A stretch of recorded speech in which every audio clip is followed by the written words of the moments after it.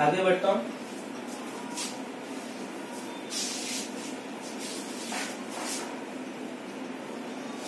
अब और आगे क्या सीखना है हम लोग को कि दो पेयर ऑफ लीनियर इक्वेशन है। लीनियर इक्वेशन से टू वेरिएबल्स का पेयर दिया हुआ है। जब पेयर दिया हुआ है तो उसको कैसे सॉल्व करते, तो 3-4 मेथड्स हैं बच्चे सॉल्व करने का, उसका डिस्कशन किया हुआ है आपकी बुक में, उसके बेसिस पे मैं जाऊंगा। ठीक, तो उसके पहले लिखो the general form of a pair of linear equation in two variable X and Y. Heading next डालो, the general form of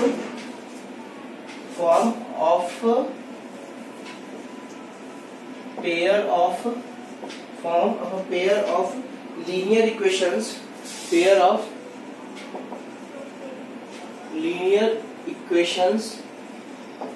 linear equations in two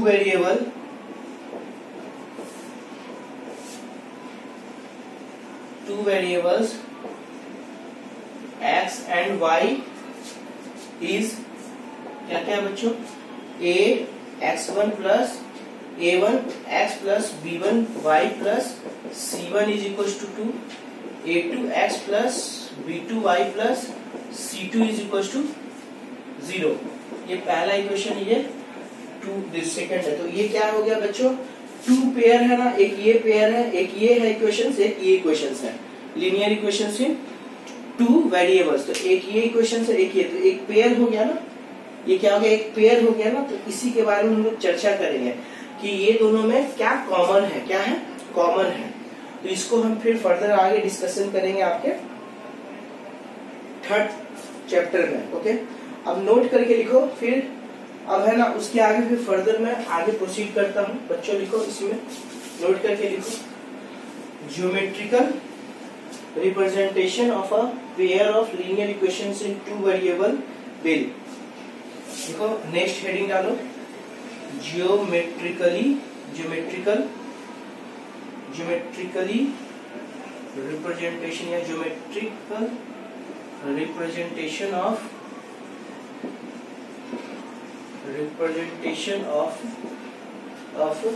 a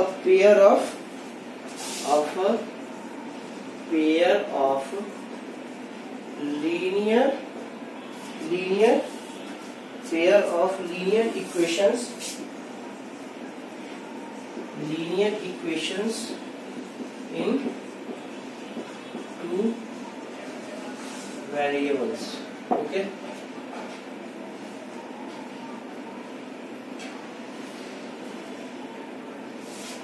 लिखो जल्दी बच्चे।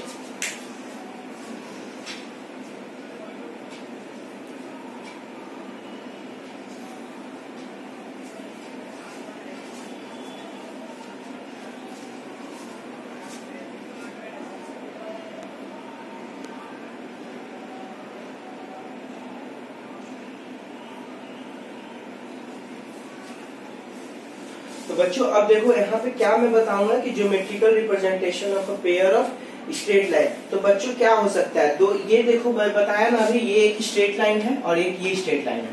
तो पॉसिबिलिटीज, देयर आर 3 पॉसिबिलिटीज। देखो देयर आर, इसी के अंदर लिखो there are 3 possibilities, there are 3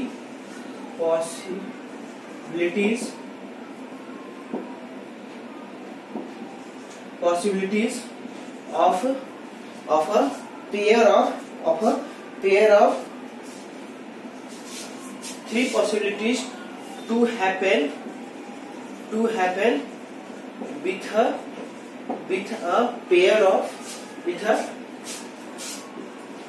pair of linear equations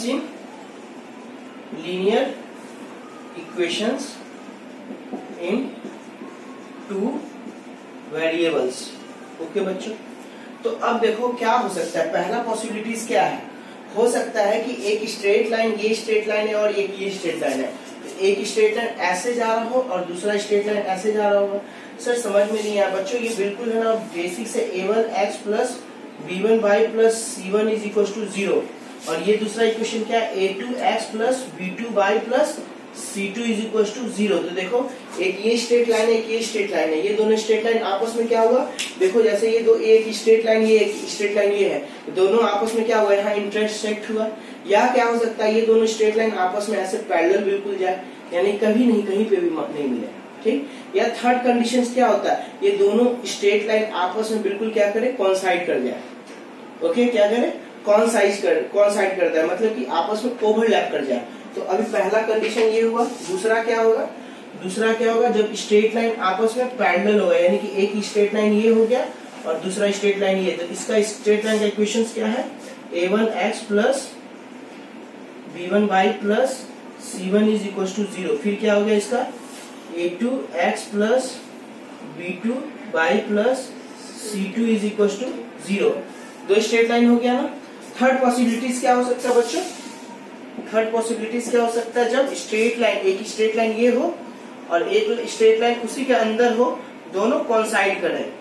okay, अगर मैं इसको लिख दूं, ये L1 एक स्ट्रेट लाइन है, नेमिंग कर रहा हूं केवल, तो ये L2 स्ट्रेट लाइन है, तो ये L1 और L2 क्या हो गया, दोनों ओवरलैप कर गया। क्या कर गया, ओवरलैप कर गया। तो ये बेसिकली अगर मैं देखूं तो ये क्या था, यहाँ पे कंडीशन क्या था, पैरेलल लाइन बनाया था क्या, और ये क्या हो गया, a2x plus b2y plus c2 is equal to 0। और यहाँ पे इंटरसेक्ट किया था पहले में, सेकंड में क्या किया, पैरेलल बनाया, थर्ड में दोनों ओवरलैप कर गया। ओके, तो बच्चों ये मेरा कंडीशंस था। अब इनको है ना, तो कंडीशंस को है ना 1 बाई 1 लिखते हैं, हम लोग लिखते हैं, तो नोट करके लिख लो,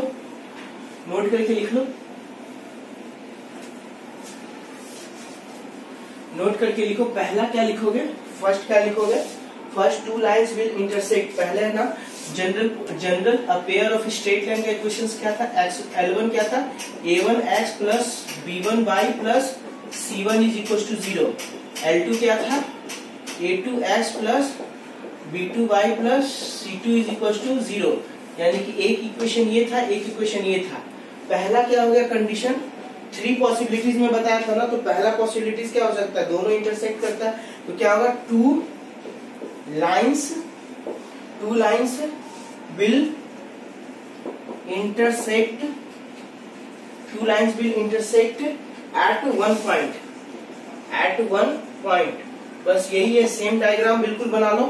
क्या हुआ, इसका डायग्राम कैसा बना बच्चों, ऐसा बनेगा। एक पॉइंट पे, जनरल पॉइंट पे ये क्या इंटरसेक्ट किया। ओके, ये L1 है आपका, ये L2 है, ये L1 है, ये L2 हो गया।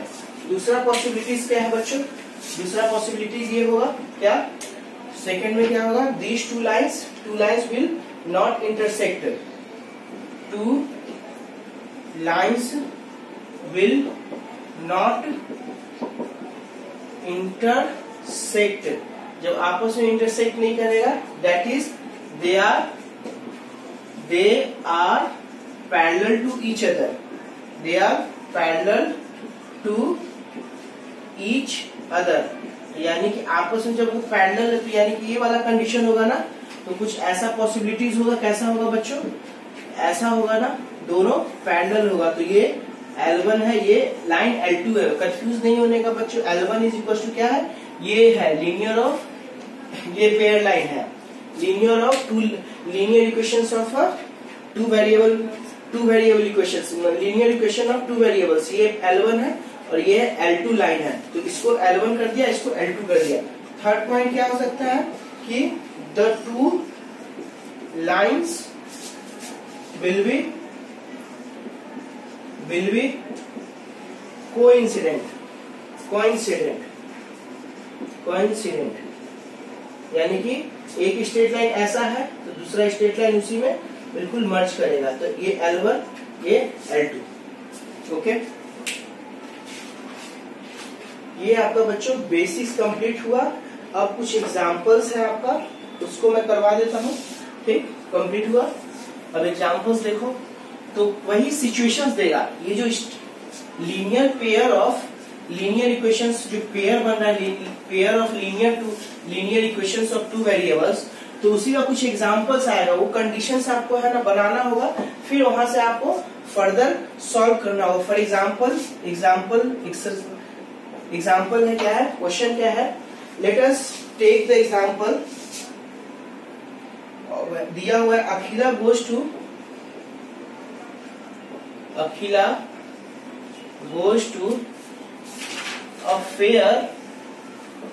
अ फेयर मतलब एक मेले में गई बच्ची with rupees 20 and wants to have rights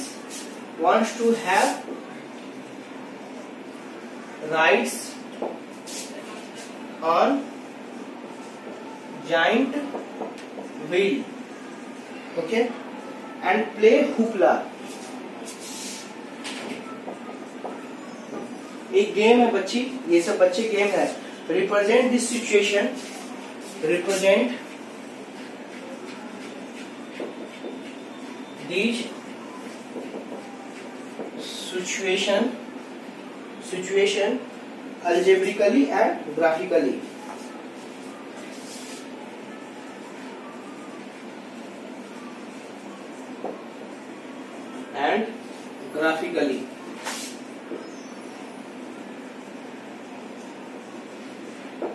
देखो बच्चों, इसका सॉल्यूशन क्या है कि गई थी और उसके पास 20 रुपए था.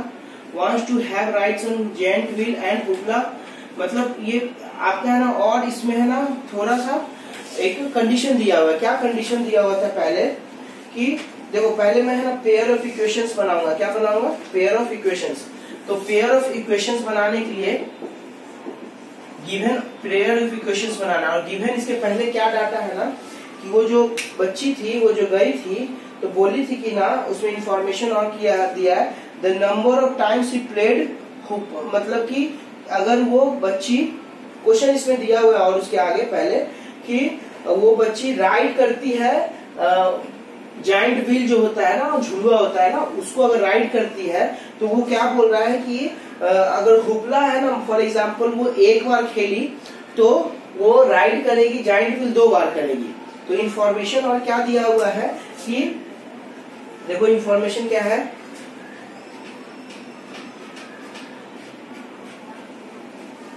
क्या, और इसी में आगे है ना क्वेश्चंस में और क्या दिया हुआ है ग्राफिकली. अगर ऐड करना चाहते हो तो ऐड कर लो. क्या है information, the number of, question पूरा नहीं है, मतलब कि एग्जांपल से पहले पिछले समझाए हुए पोर्शन से लिया गया है. The number of times she played, the number of times she played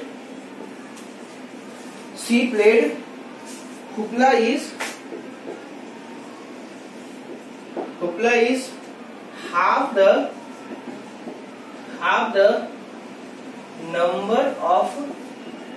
number of rights she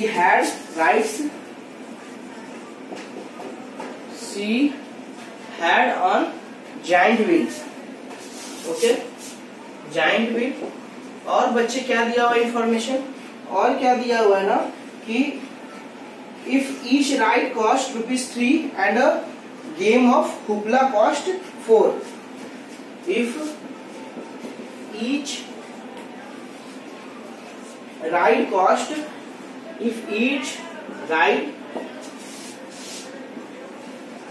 ride cost ₹3 and each hoopla and a game of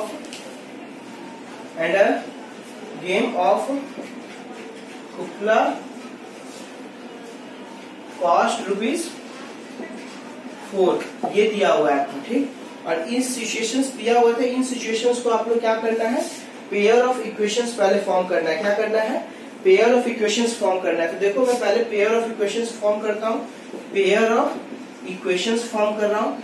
उसके बाद मैं पेयर ऑफ इक्वेशंस को फॉर्म करने के बाद मैं उसका ग्राफिकल, पहले अलजेब्रिक, पेयर ऑफ इक्वेशंस को मैं पहले अलजेब्रिक फॉर्म में बनाता हूँ. अलजेब्रिक मतलब बताया था बिगिनिंग में कि the term that is containing the numbers, variables and algebraic expressions. Algebraic expression मतलब प्लस माइनस सिंबल किया हुआ, कंटेन किया हुआ रहेगा, तो उसको हम लोग कहेंगे अलजेब्रिक एक्सप्रेशन. और यहाँ ग्राफिकली मतलब उसको मैं ग्राफ से कोऑर्डिनेट एक्सिस में इसको, इन दोनों जो पेयर ऑफ लीनियर इक्वेशंस आएंगे ना इन 2 वेरिएबल्स, उसको मैं ग्राफिकली बताऊंगा तो उसको क्या कहेंगे, ग्राफिकल रिप्रेजेंटेशन। तो ये क्या है, पेयर ऑफ इक्वेशंस। क्या है, pair of equations.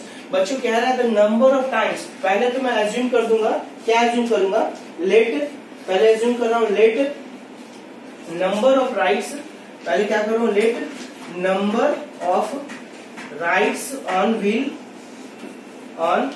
Wheel is x, फिर नंबर ऑफ, फिर लेट एज्यूम करो नंबर ऑफ राइट्स हो गया, सेकंड में क्या है, number of hoopla game played is equal to y। कोई प्रॉब्लम है, x एंड y कोई वेरिएबल लिया, और क्या रिलेशनशिप दिया, the number of times she played hoopla मतलब से ये game, half the number of rides, मतलब हुपला अगर y टाइम्स खेला है तो राइट कितना किया, x/2।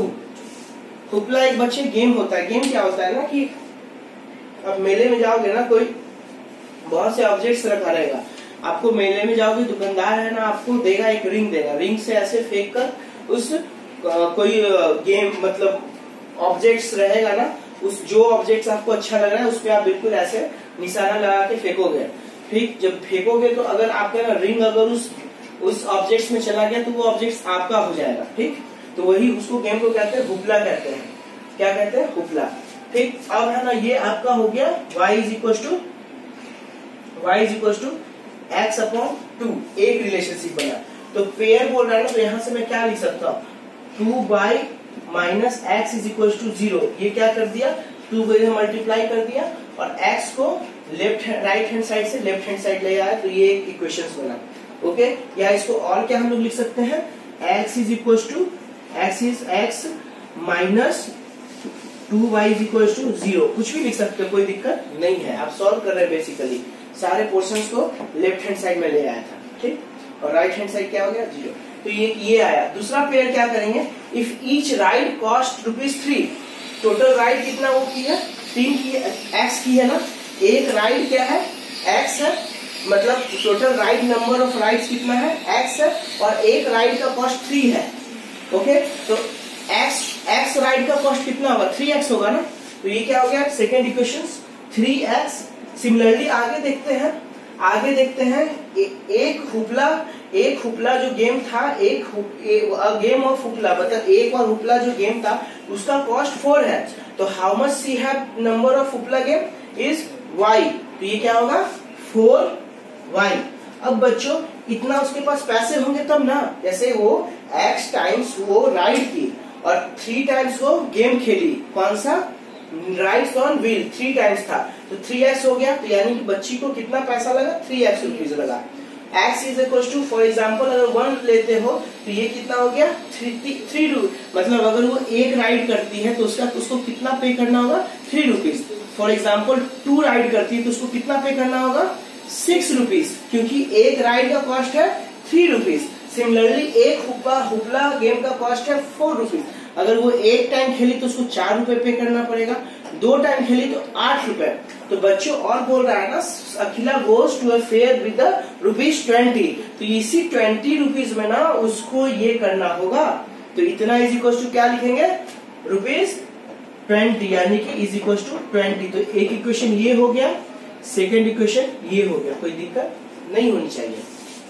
तो बच्चों क्या हो गया, अलजेब्रिक इक्वेशंस। अगर मैं इसको क्वेश्चंस को रब कर रहा हूं फिर मैं देखता हूं,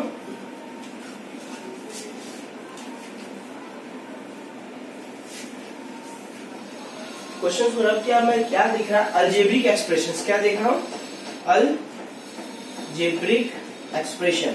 अलजेब्रिक एक्सप्रेशंस मेरा कौन कौन सा हो गया, एक क्वेश्चन बना x minus 2y is equal to 0। दूसरा क्या बना बच्चों, 3x plus 4y is equal to 20। तो एक इक्वेशन ये बना, एक इक्वेशन ये बना।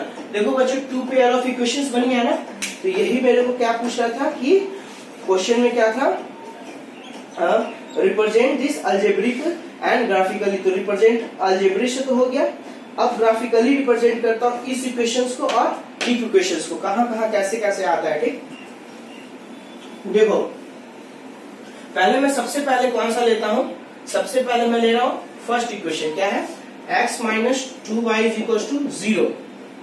देखो बच्चों, तो यहाँ से x इज इक्वल टू क्या हो गया 2y, यानी कि y इज इक्वल टू क्या हो जाएगा, y is equal to x upon 2। कोई प्रॉब्लम नहीं। तो अगर मैं बच्चों यहाँ पे मैं लिखूं x, तो यहाँ पे y इज इक्वल टू क्या हो जाएगा x अपॉन 2। तो ये पहले मैं अभी बताया था ना, जनरल पॉइंट लेकर x का मान लो, फॉर एग्जाम्पल मैं क्या लेता हूँ, -1 लिया, एक 0 लिया, एक 1 ले लेता हूँ, 3 पॉइंट्स लेता हूँ। तो ये क्या हो गया, -1 पे वैल्यूज क्या हो गया y का -1 अपॉन 2, 0 पे 0, फिर 1 पे 1/2।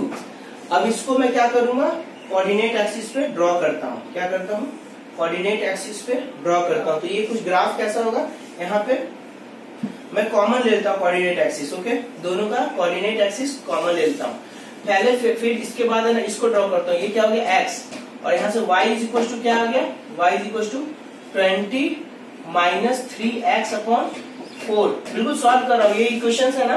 तो यहाँ को y को इंडिपेंडेंट, मतलब y को है ना, सब वैल्यूज को है ना राइट हैंड साइड लेके y इंडिविजुअल एक टर्म निकाल रहा हूँ विद रिलेशनशिप x। तो उसका क्या रिलेशनशिप है x के साथ, 20 माइनस 3x अपॉन 4, ऐसा कुछ रिलेशनशिप बना। ओके, फिर बच्चों क्या लूंगा मैं, x is equal to -1, x is equal to 0, x is equal to 1। जब x इज इक्वल टू -1 लिया तो ये वैल्यू कितना आने वाला है, 20 माइनस 3 अपॉन 4, यानी कि 20 माइनस प्लस 23 अपॉन 4। फिर 0 लूंगा तो ये वैल्यू कितना है 5। फिर मैं 1 लूंगा तो ये क्या है 17 अपॉन 4। इन सभी पॉइंट्स को मैं क्या करूंगा, नंबर लाइन सिस्टम पे रिप्रेजेंट करता हूँ। किस पे करता हूँ, नंबर लाइन सिस्टम पे रिप्रेजेंट किया, कोऑर्डिनेट एक्सिस पे रिप्रेजेंट कर रहा हूँ। ठीक, तो देखो क्या आएगा, पहले मैं ये लेता हूँ, ये लूंगा तो ये क्या आएगा, पहले कोऑर्डिनेट एक्सिस को बोल दो 0,0। ये कितना होगा 1, ये 2, ये 3, ये 4, ये कितना होगा -1, -2, -3, -4। ये कितना होगा 1, 2, ये बच्चों कितना होगा 3, ऐसे कुछ वैल्यूज चलता रहेगा। फिर ये क्या हो गया -1, -2, -3। कोई प्रॉब्लम नहीं होनी चाहिए। अब देखो ये है -1, माइनस, तो यानी कि ये कुछ पॉइंट -1 ये रहा, और ये पॉइंट कुछ कहीं यहाँ पे आएगा। ओके, ठीक, ये हो गया -1, -1/2, 0,0, यानी कि ये पॉइंट यहाँ आया। फिर 1, यहाँ, यानी कि ये पॉइंट समथिंग यहाँ पे आया। अब ये बच्चों इस स्ट्रेट लाइन को मैं लेकर ड्रॉ करता हूँ। क्या करता हूँ, इस स्ट्रेट लाइन को मैं ड्रॉ करता हूँ। तो देखो कुछ सही आया है क्या मेरा, पहले एक बार चेक करने दो मेरे को।